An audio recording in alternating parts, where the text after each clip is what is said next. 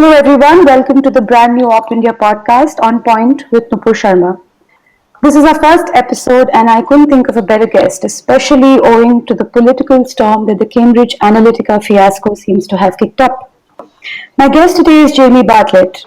As you all know, he's a journalist and an author who specializes in tech-related issues. He is also the man who released the video of his interview with the then Cambridge Analytica CEO. More importantly, he was the one who laid to rest a portion of the many questions that we had regarding the entire fiasco when he released a photograph of Congress's poster hanging on CEO Nix's wall.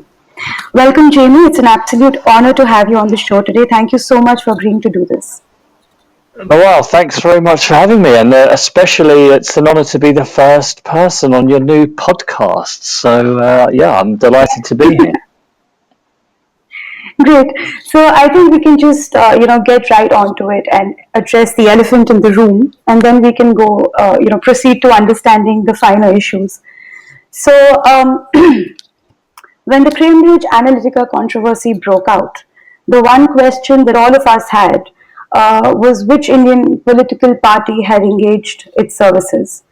Now, the speculations were put to rest when you released that photograph of Indian National Congress's poster on Nix's wall. The Congress, in order to defend itself, floated two theories. One was that the photograph was fabricated and it was a fake. And when you put that theory to rest, they said that perhaps he had their poster up on his wall because he was vetting them as a potential client. Now, in fact, Christopher Wiley himself named Congress directly in his statement. So do you think the second theory holds any merit? Do you think Nix would have a poster of Congress on his wall if they were just potential clients? Well, let me just first say on this first question about the possible photoshopping of the image. You've got to remember, and anyone who's involved in this has got to remember that when we recorded that footage, we had no idea that any of this was going to come out in the media. We just saw the poster on the wall, found it relatively interesting that Cambridge Analytica, in our mind, was clearly working with international clients, and so thought it was useful background to include a short image of it in the documentary to illustrate that this is an international company. We were not there to score political points, to try to undermine anybody. We did not shoot it after Christopher Wiley's revelations. So in a sense, it would be a remarkable thing to somehow have predicted all of this and to have fabricated something along these lines. So it's a fairly ludicrous suggestion, and I don't really know why anybody suggested that it was photoshopped, because it was fairly easy to disprove. But on the second point, is it possible that Alexander Nix had a poster of the party hanging on his wall because he was, vetting them as a potential client? Of course, you would first of all have to ask him, but it would seem fairly strange in my mind for somebody to have a poster of a political party hanging right in the middle of their office, literally directly above their head, simply for a party that they weren't even working with. Now, again, you'd have to ask him. There's no smoking gun evidence that I have, but it does seem rather strange, given that throughout the rest of his office, there were lots of posters of evidence of their work on the Trump administration campaign, which, of course, we know that they did do.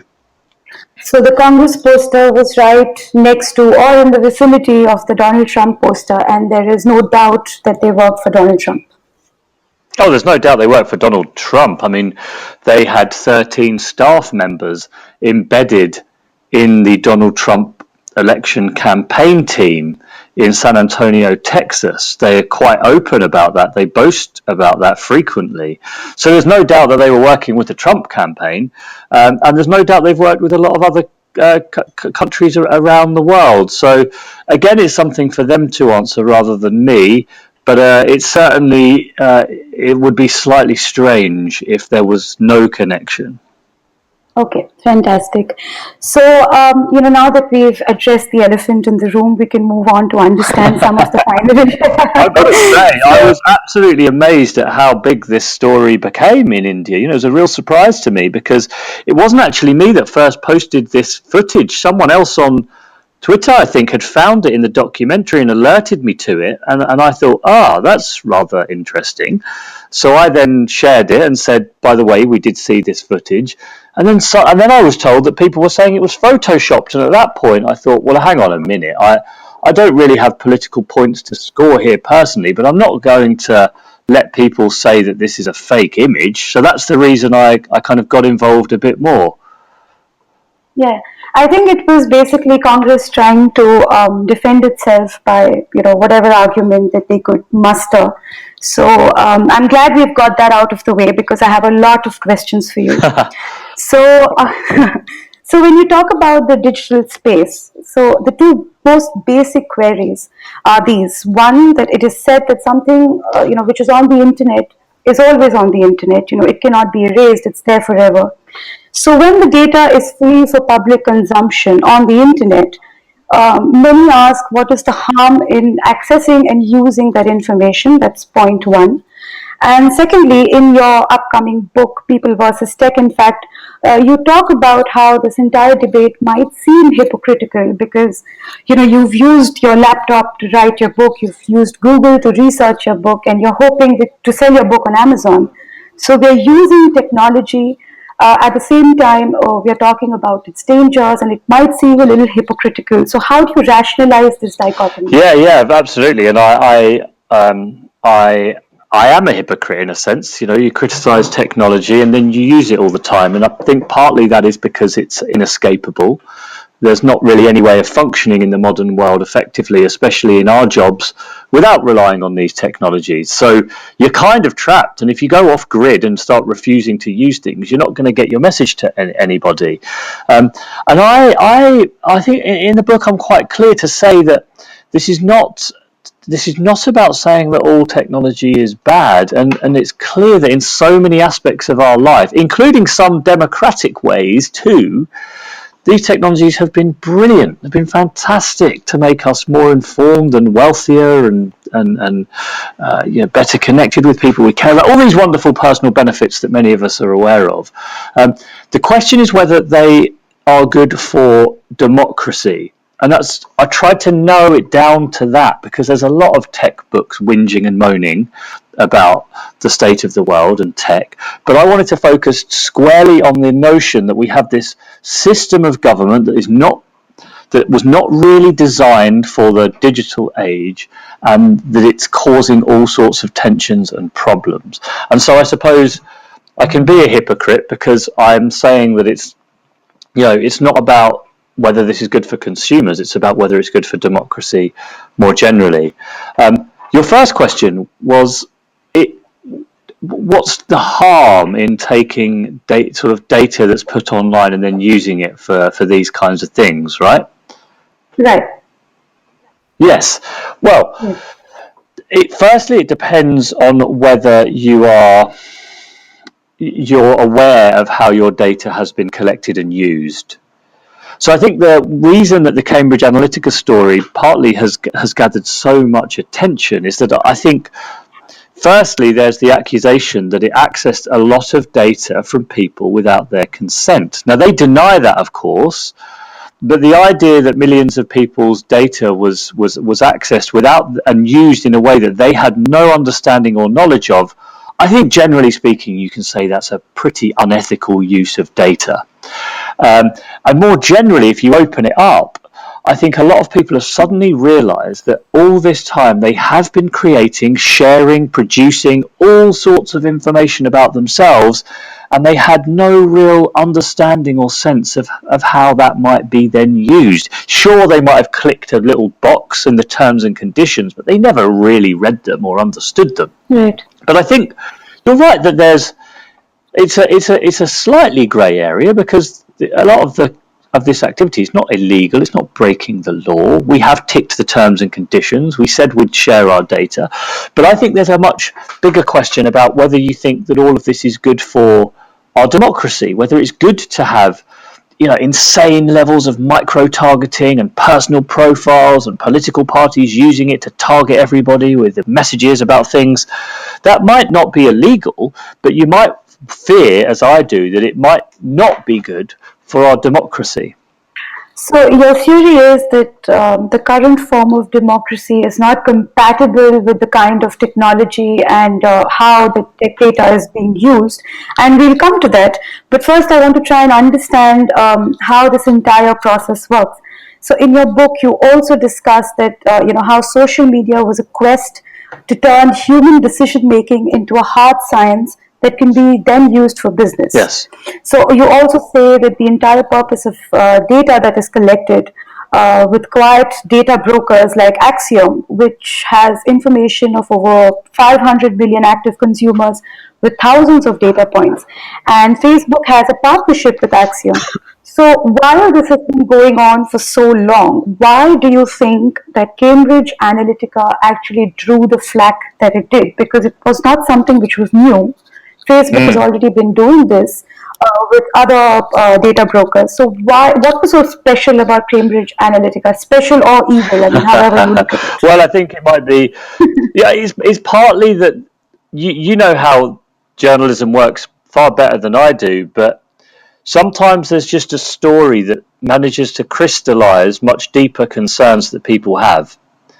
And I think that over the last several years, people have been getting nervous and worried by the size and power of some of these companies, repeated stories about hacking, stories about Russian disinformation, stories about hate crime, and a sort of bubbling concern that's been gently growing over the last few years. And it almost feels like Cambridge Analytica, because it was about democracy and politics, and especially because it was about Donald Trump and the election of Donald Trump, which a lot of liberal people still just cannot understand how it happened, it seems to have kind of created this almost a much bigger story than the Cambridge Analytica revelations themselves.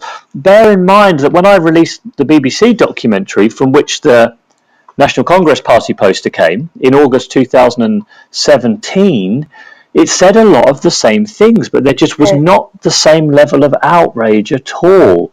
And so it just seems to have arrived at a particular moment where there's much bigger concerns about how society is changing. And I think that's a big part of the story. And of course, I think it's also helped by the fact that this story has a whistleblower, it has undercover footage, it has a former Cambridge University professor called Dr. Kogan, who was previously called Dr. Spectre. So it all sounds very James Bond. And that's added a sort of exciting edge to this whole story as well. And I know it sounds silly, but that is also part of it. Right. So, coming back to how this entire dataism that you call work. So it's fairly innocuous data which is collected and almost weaponized. So for example, I like a bunch of movies and music artists and books, etc. on Facebook. So how is that information really collected and given to these brokers for insight? How is that insight sort of extracted from this innocuous data and then used by firms like perhaps Cambridge Analytica to almost subvert democracy? It all sounds very fantastical. So could you explain how that works?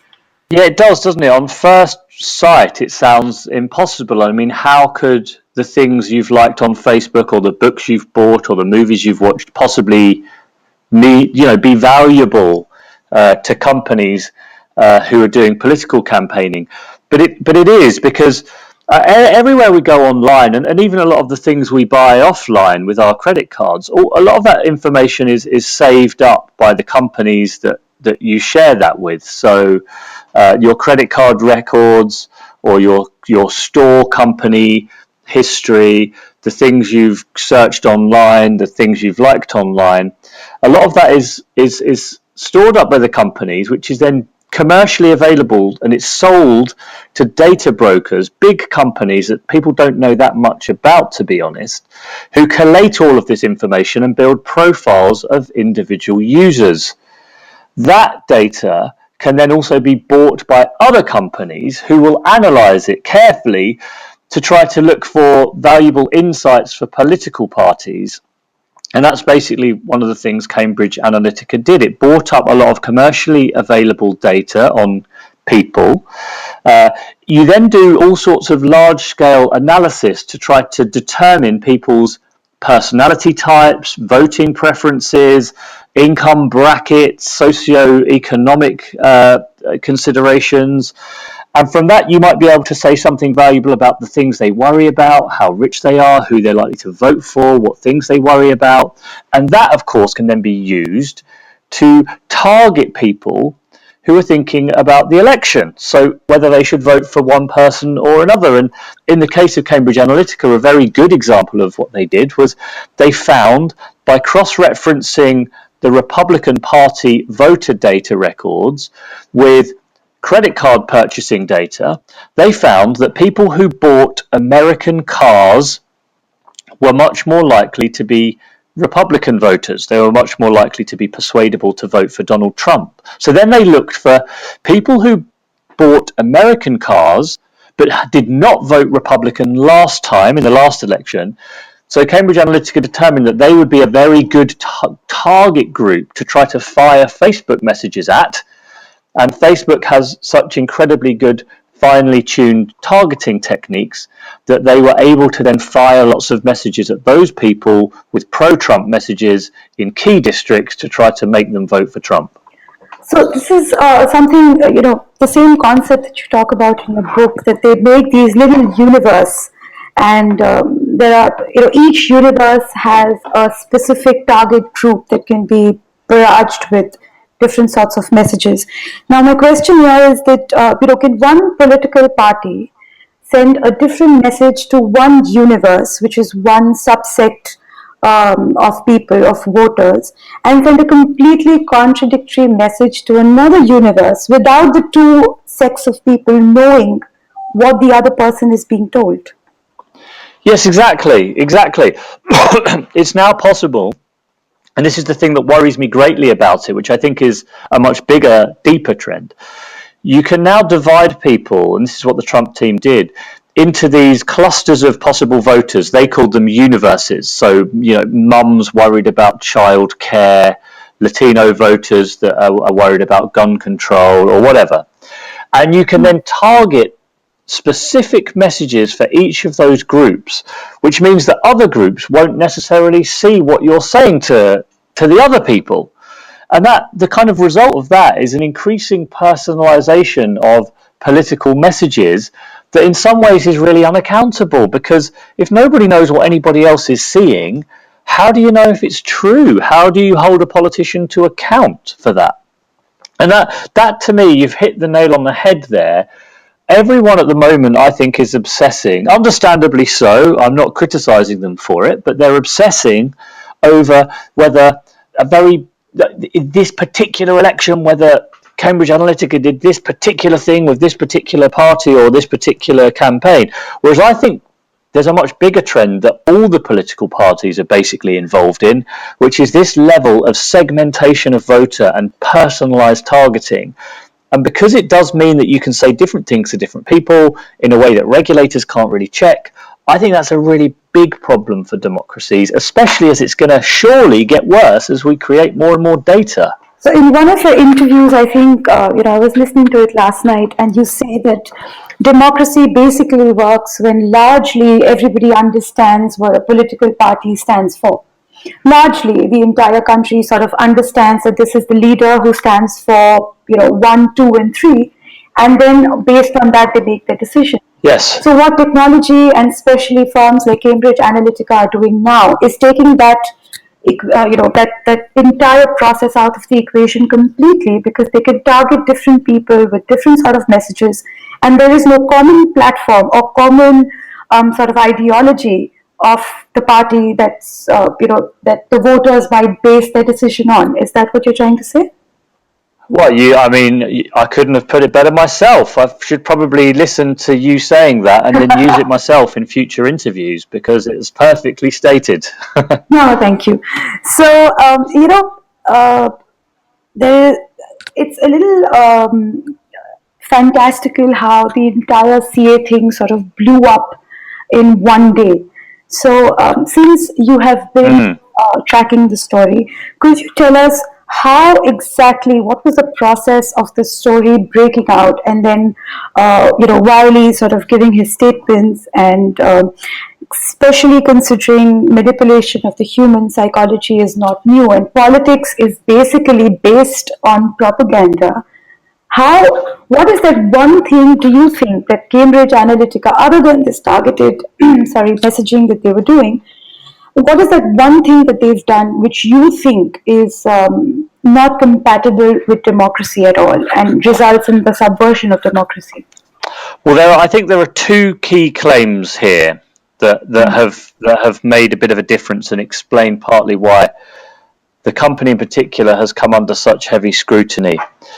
The first is the allegation that it collected Facebook data via a third-party company who had been conducting personality quiz tests on Facebook. So this company had been doing. Do you remember a few years ago where there was a big fashion for filling in surveys to predict your personality on Facebook? Yes. We had a lot of them. Yeah, they're really popular. And yes. Well, those surveys were actually being used to try to they weren't just harmless. Companies were using those survey results to try to predict personality types of people because it could be valuable for advertising. I don't think a lot of people realised that at the time, but we do now. And so there are the two claims that are important here is one, that Cambridge Analytica, the company that was collecting this data that sold it to Cambridge Analytica, had not only been collecting the data of the people that completed the quiz, but had also been collecting their friends' data too, because that was possible at the time. I think it was 2014 when this all happened. It was possible if you clicked on a survey or did one of these app surveys on Facebook, that your friends' data could also be collected. Facebook then found out about this and demanded that data be deleted. And Cambridge Analytica said at the time they had deleted it, they weren't going to use it. It was something like between 50 million, different estimations, but Christopher Wiley says 50 million user records were collected that way, including several thousand from India, by the way. Yeah. So claim number one is that they were using data without the correct permissions. This is what Christopher Wiley has said, that they used that data and they did not delete it. Cambridge Analytica denies this vehemently. So that's number one. But number two, I think, is the actual research techniques themselves. So one of the things they have done is to try to predict, or they claim to be able to do this, to predict the personality types of every single American citizen. I don't know in other countries, but through these personality quizzes that they've conducted, they claim to be able to know whether or not somebody is neurotic, whether they're open-minded, whether they're conscientious. And so this is a new type of targeting, and they say that they can use those insights into a person's personality, their deepest hopes and fears and what really drives them, to increase the effectiveness of the online adverts that they serve. And that's called psychographics. And this is their big, unique selling point. And I think this has got people very nervous because it feels like it's potentially very manipulative, that a company, without your knowledge, can work out your personality and then use that to target you with emotional messages. And as far as I know, that's not an illegal technique or anything, but I understand why people have found it to be slightly sinister and slightly creepy. All right. It is creepy. In fact, it's extremely scary. So what they're doing is basically calling out to your basic fears and your basic hopes and dreams and things like that to sort of fashion their political campaign around it. And the scariest part. It is, isn't it? And it's, you know what's funny about it? Is when I interviewed Alexander Nix about this.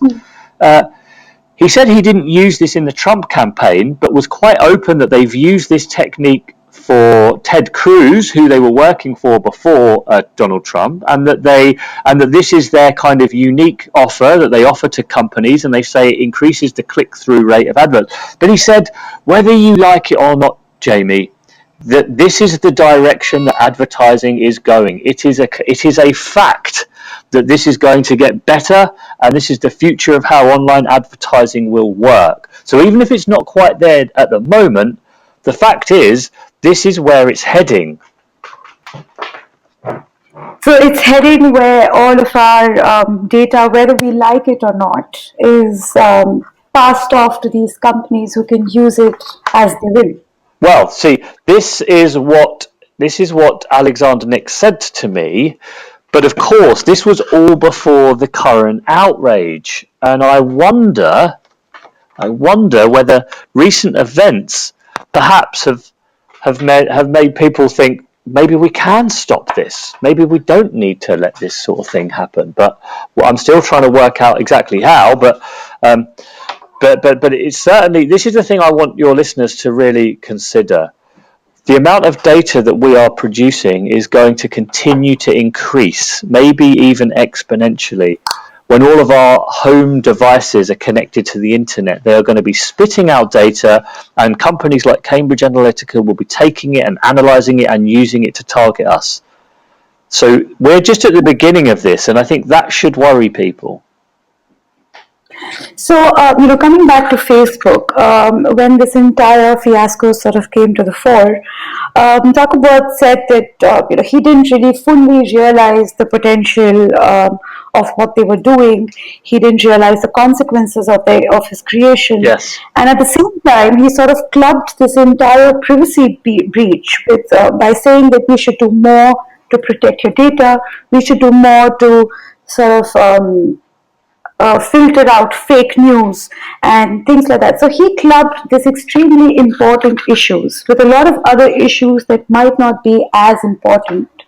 And at the same time, he said he didn't really realize the consequences fully. Do you think he's being genuine when he says he didn't realize, or is he just trying to sort of escape the regulation? It's very hard to look. It's hard to look into a man's soul when it comes to these things, isn't it? But I would say that it's a bit of both, actually, because a lot of people have been raising the alarm about this directly to Facebook for a very long time. So this should not come as a complete shock to anybody in Facebook. And if you noticed, they wrote a blog post a couple of days ago where they said that maybe it was not 50 million Facebook users who'd had their data taken by Cambridge Analytica. It was maybe 87 million users. And they then added that potentially every single Facebook user with a public profile has had their personal information taken by malicious actors who have been scraping their data. Now, a number of people have said they were aware of this. They can see on their system when this is happening, but they never really did anything about it. So I think it's a bit of a stretch to say they didn't know. They're really surprised. They can't believe it. But at the same time, I think you've got to remember that a lot of people inside Facebook are real techno-utopians. I mean, they really believe that data is just such an obvious good. It's always going to make the world better. And the more data and the more networks and the more connections and the more users, it's always going to mean things are better for people. This is their default position.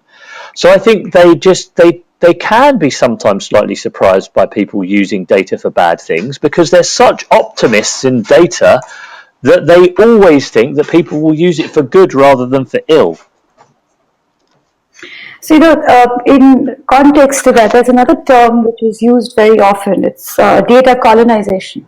So, is that really a reality, data colonization, or is it just another phrase which has been hyped to generate fear and revulsion against the tech giants? What is data colonization? It's sort of the idea that this is a sort of new form of colonialism, but using data.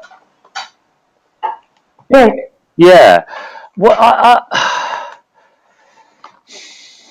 Yeah, it's a difficult one for me to answer really, because I think that's more for the people who consider themselves to have been victims of colonialisation the first time around and now feel like they are again in a new guise. That's a hard one for me, but there's definitely there's definitely a case that the big tech giants have become immensely powerful and important in a lot of countries around the world. A lot of developing economies, emerging economies, and they use their economic weight and their political weight to make sure they are fast into these economies. And that's something that I think, you can call it data colonization or whatever you want, but it's certainly something to be worried about. So I'll give an example since we started with Congress. So there are certain examples of how they campaign. We had elections in 2019, and India is a huge country, so we keep having these state elections. But so their campaigning has been fashioned around 2 3 points, and I'll go through them, and maybe you can get a better sense of um, you know what they're really doing.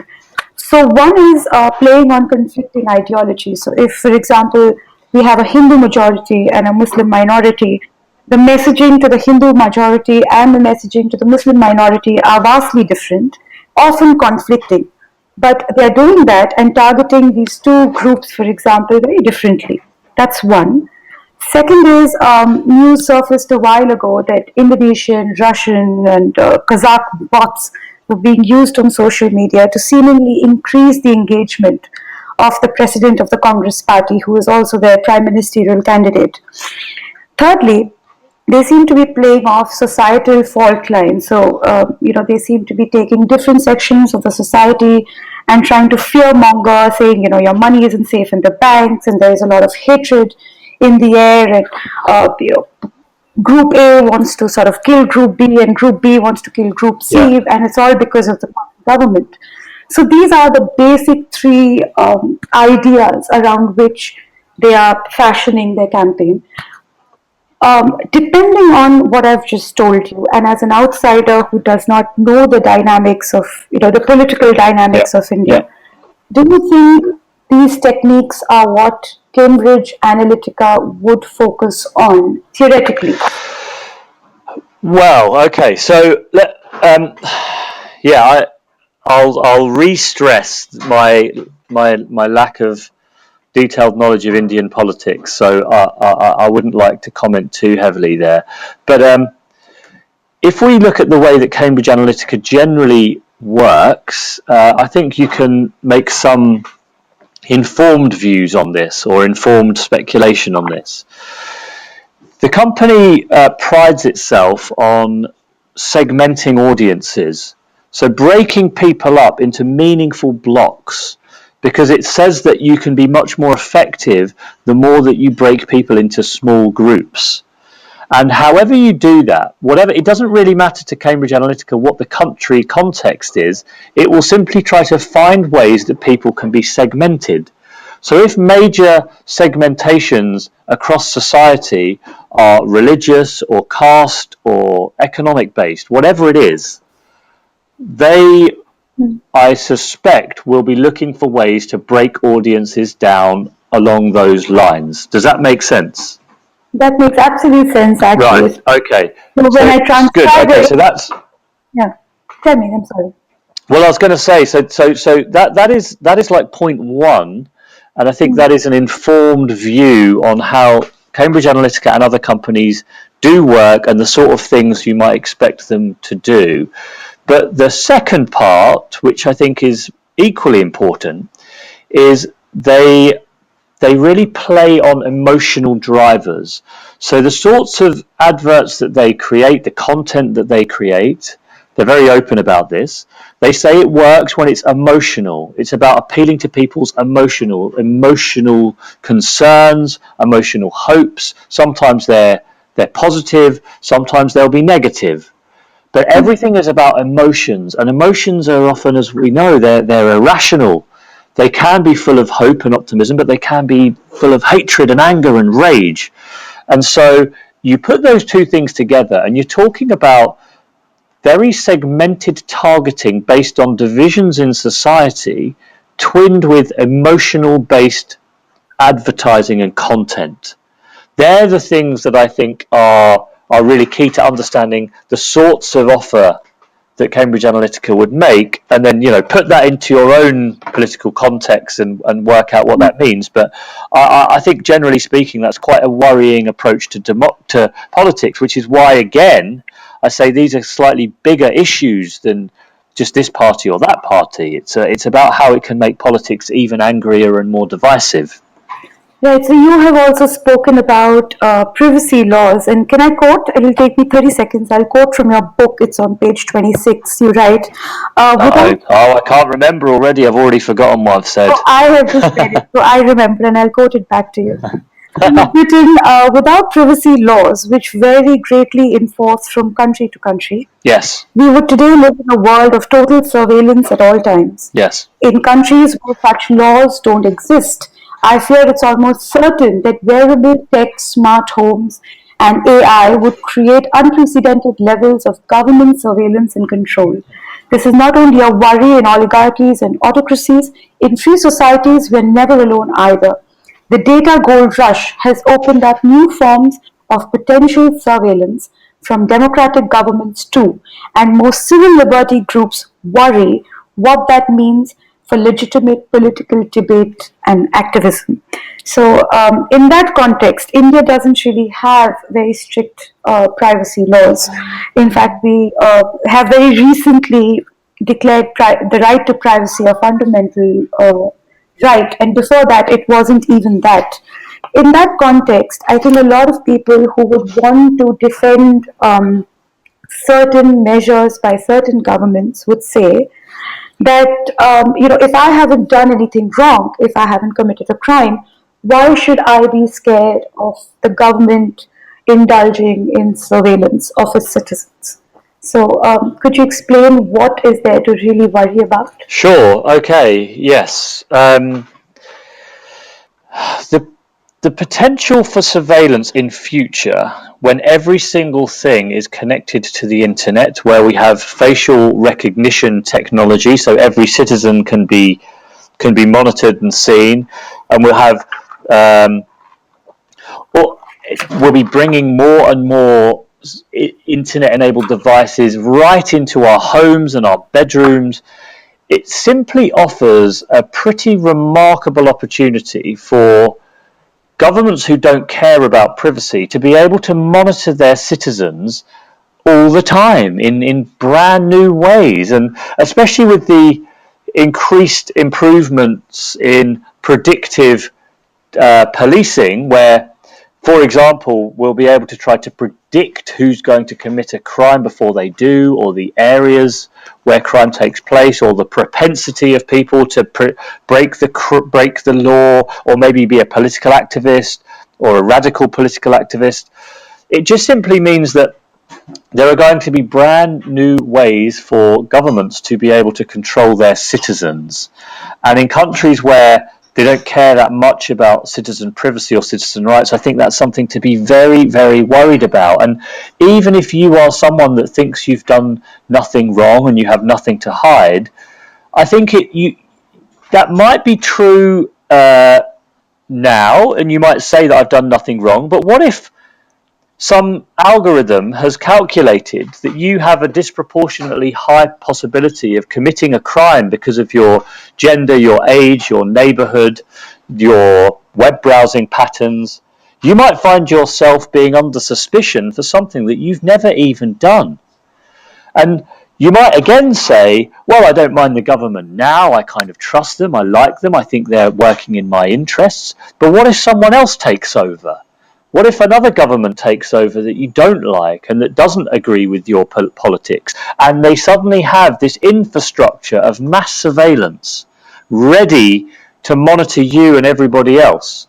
So this is about the longer term safeguarding of the rights of citizens to have some degree of privacy, and that matters to everybody, and it doesn't always seem that it does at the time.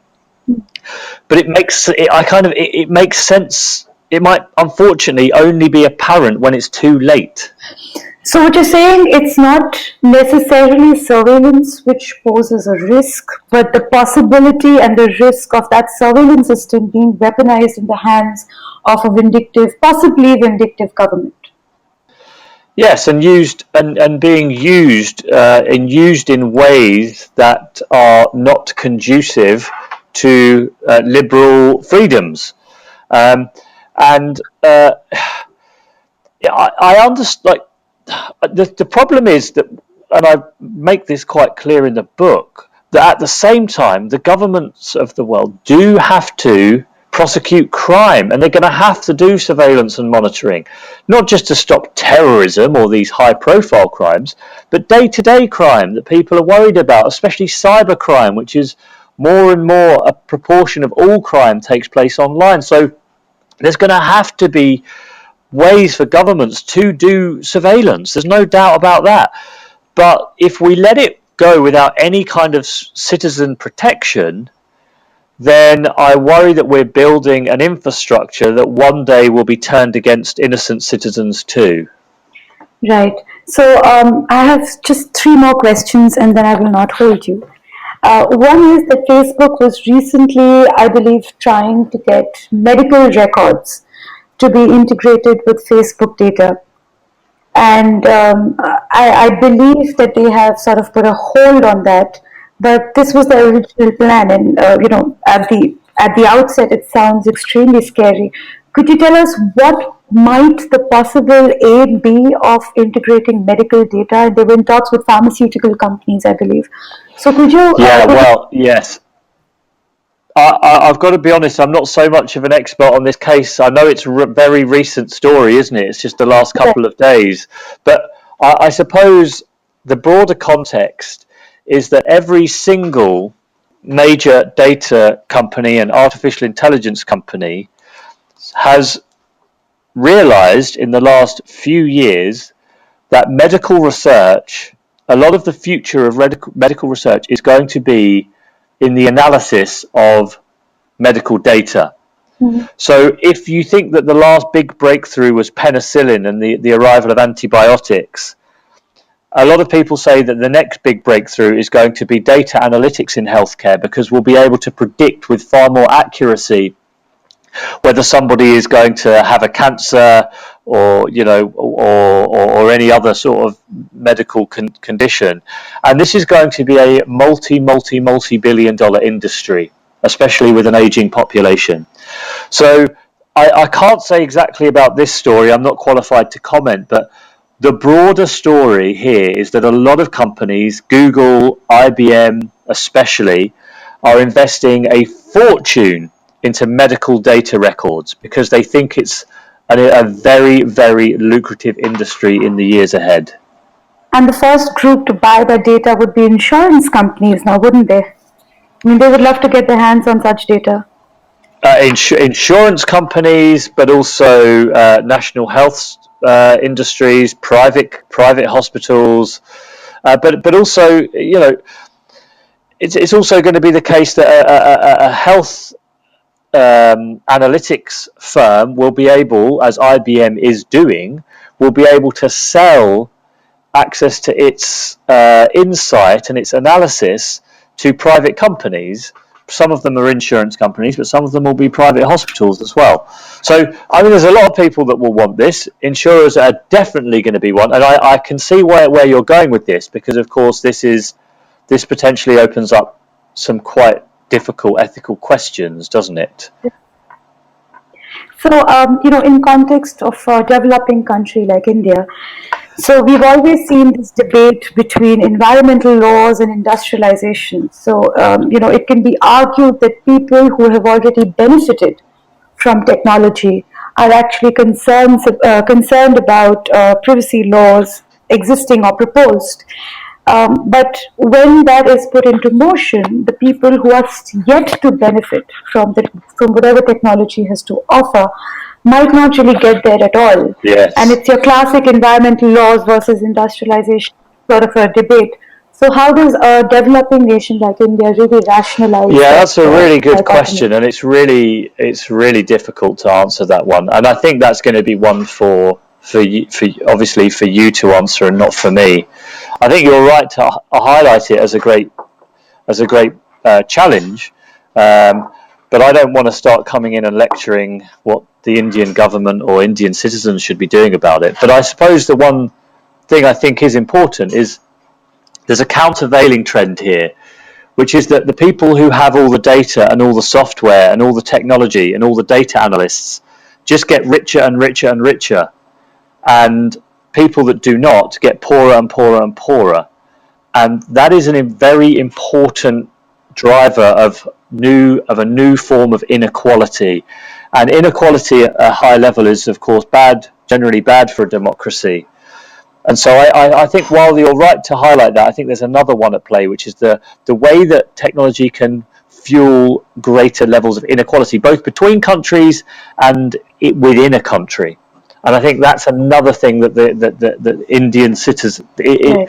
Indian society will have to contend with.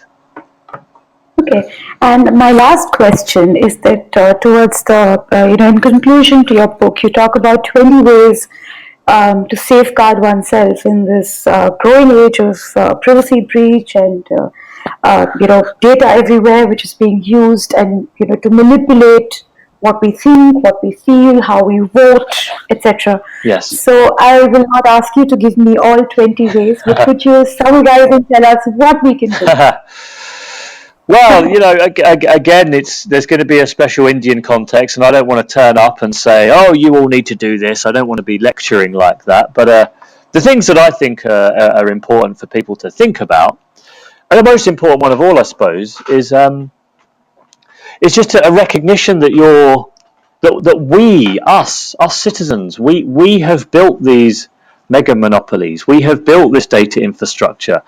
Our data is the fuel that keeps it all running.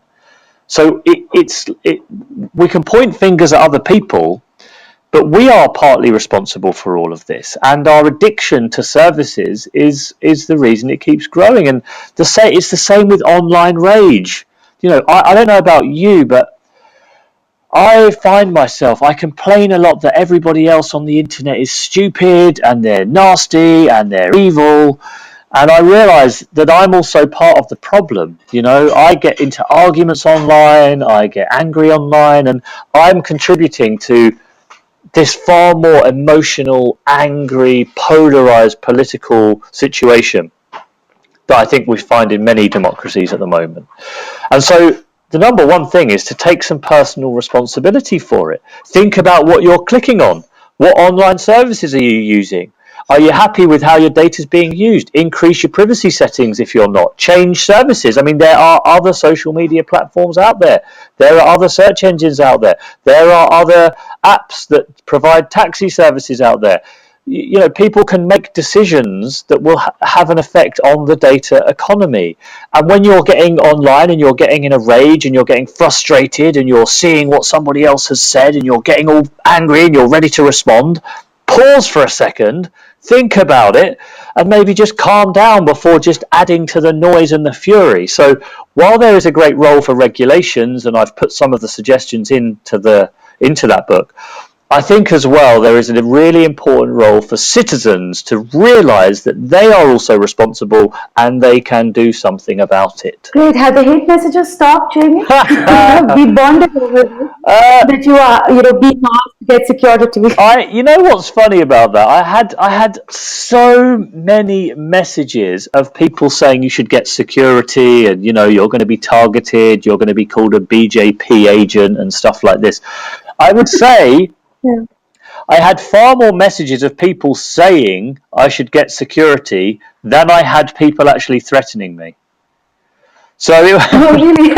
yeah, so it's kind of strange because I kept getting people saying you're going to be called this, you're going to be called that, and actually on the whole it was relatively mild.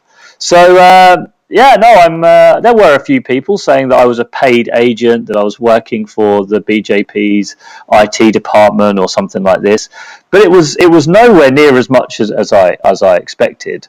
So I'm absolutely fine. That's good to know. I probably shouldn't tempt fate, should I? I shouldn't tempt fate. I shouldn't say that because that's normally a good message for people to come and attack you once you say everything's okay. Oh, we hope you get no hate after this podcast, which is, a grave possibility that you might, but we hope you don't. All right. Well, you know what? I feel very lucky that I live I live a long way away, and I have a lot of admiration for journalists who might actually have to worry about these things. So, my admiration for journalists in India. I know some people have been complaining about them to me, but my admiration for the people that take the risks to uncover the stories has increased dramatically as a result of all of this. Because it's not me that's taking risks. I'm sitting here comfortably in my room in North London. It's people. There are journalists out there that do have to worry seriously about those things, and I have a lot of respect for them. Thanks so much, Jamie. It was such an honor talking to you. And thank you for giving us such wonderful insights into what data can do and what Privacy Breach can do, and how perhaps it's time for even the Indian government to sit up and think about stricter privacy laws to protect all of us.